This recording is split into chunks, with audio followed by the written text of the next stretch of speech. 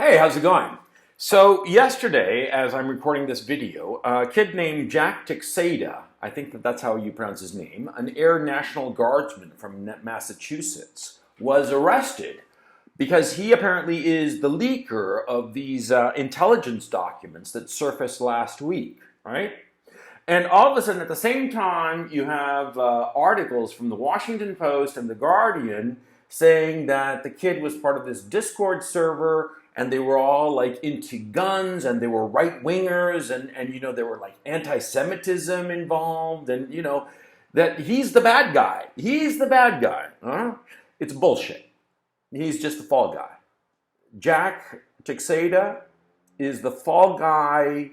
He's the scapegoat, the sacrificial lamb for this bullshit. And let me explain why. I won't even phrase that. Let me explain why I know this. Okay. First of all, the kid is a 21-year-old Air Force National Guardsman, right? And so the documents that were leaked were CIA, and some of them were classified higher than top secret. Now, it's important. They were CIA. Larry Johnson, my friend who's been on my Roundtable show a number of times, he was on Judge Napolitano yesterday. I haven't been able to get in touch with him, but he said that there is no way that these documents from the CIA would have come across any kind of Air Force base or military base. So there is no way that this kid could have had access to these documents. Full stop. And Larry was adamant in that kind of way where like the professional who knows the intricacies of the machine, he'd be like, no, this is just not possible. It's bullshit. So I'm going to take Larry at his word. I mean, I personally believe that, okay? That there is no way that these documents that were CIA and other intelligence agencies would have crossed the desk of an Air Force National Guardsman in Massachusetts. It just doesn't make any sense at all. That the kid came across these documents that had already been leaked and passed it along to his Discord server, that's a possibility. But that he himself was responsible for the leaks, bullshit. Just bullshit. Now, the other thing, too, that clues me in that this is like a whole psyop, like one of these pathetic gay ops that the intelligence services like to pull, is very simple. See, the news stories appeared simultaneously. The day before yesterday, the Washington Post said that they had spoken to some guy in that Discord server. And by the way, Discord is like ultimately toxic, right? But anyway, they talked to some kid, and the kid, they interviewed him, and there's video footage floating around of the guy. It's easy to find.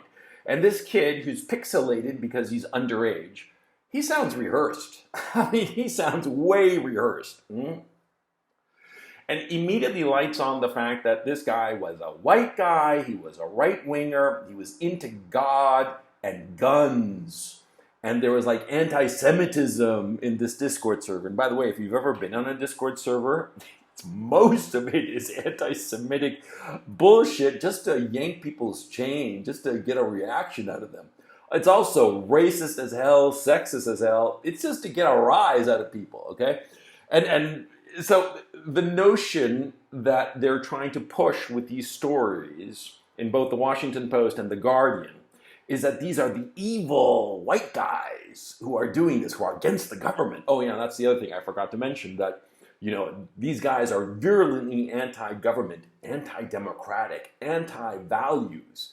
You know, this kind of bullshit talk, right? But he's probably transphobic and bigoted and God knows what else.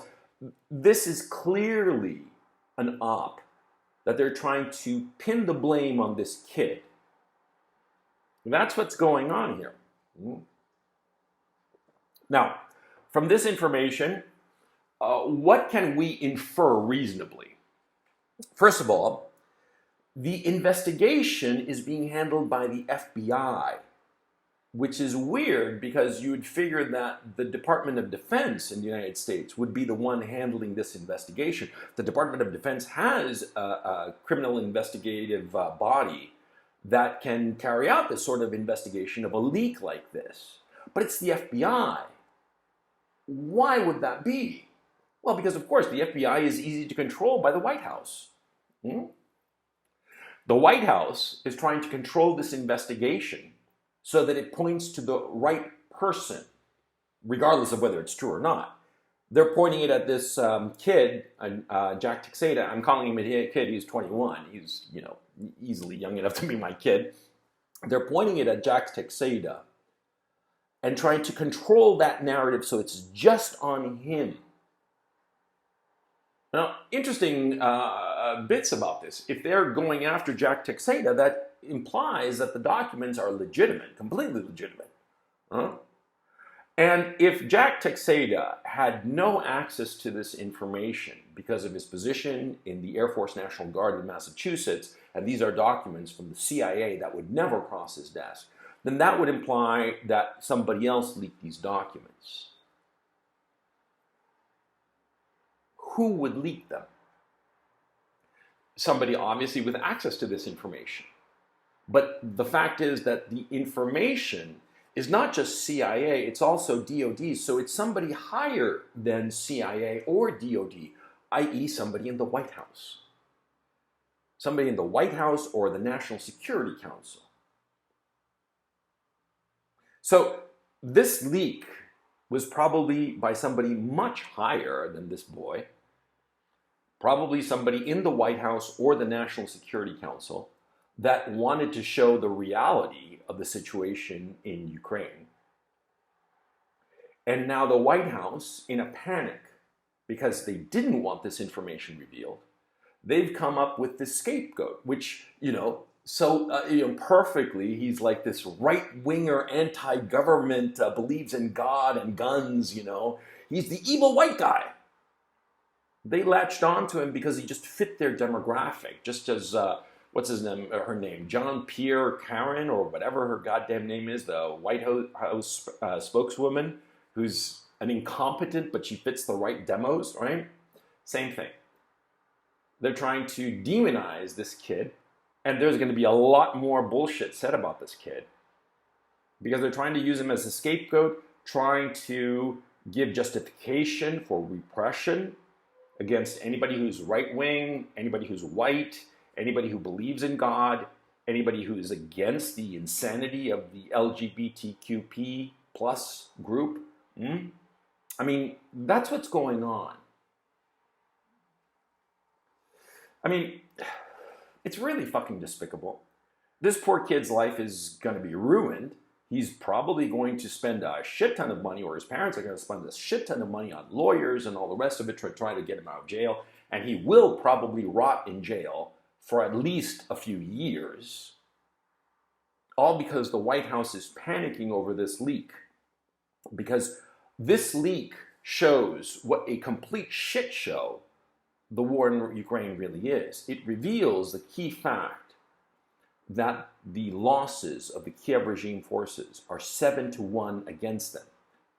That for every Russian soldier killed, 7 Ukrainian men are dying for nothing. It reveals this truth that people like myself have been saying for months now, and we're all like Putin bots and Kremlin stooges and shit like that. But it's been revealed to be true. The fact that they arrested this guy implicitly implies that the documents are accurate. It would also imply that Secretary of Defense Lloyd Austin deliberately lied to Congress when he said that everything was wonderful.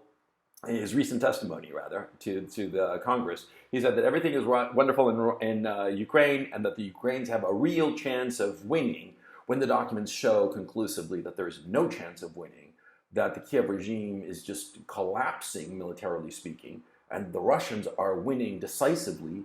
And in the documents it says a 7-1 kill ratio in favor of the Russians. So Lloyd Austin lied through his teeth, because he knew this information. Look, this whole shit show of these documents, the media coordination to find the scapegoat, the whole thing, it's a psyop. This kid didn't do it. He might have come across these documents after they were leaked. I'm not saying that he didn't, but that he was the origin point of this leak, it's just absurd, as Larry Johnson has said. And it's all to cover the political embarrassment. Something else came out too yesterday. Cy Hirsch is saying that at least $400 million have been skimmed off by the Kiev regime, by Zelensky and his cronies. $400 million of the money the United States government borrowed in the name of the American taxpayer. 400 million, at least. I mean, that's what Cy Hirsch has locked down, that it's 400 million. It's probably a lot more. And so you see what's going on. You know, this is all, I'm processing this, I'm recording this in the morning, so right now I don't have more intelligent things to say about this. I just wanted to put this video out there so that you know what's going on.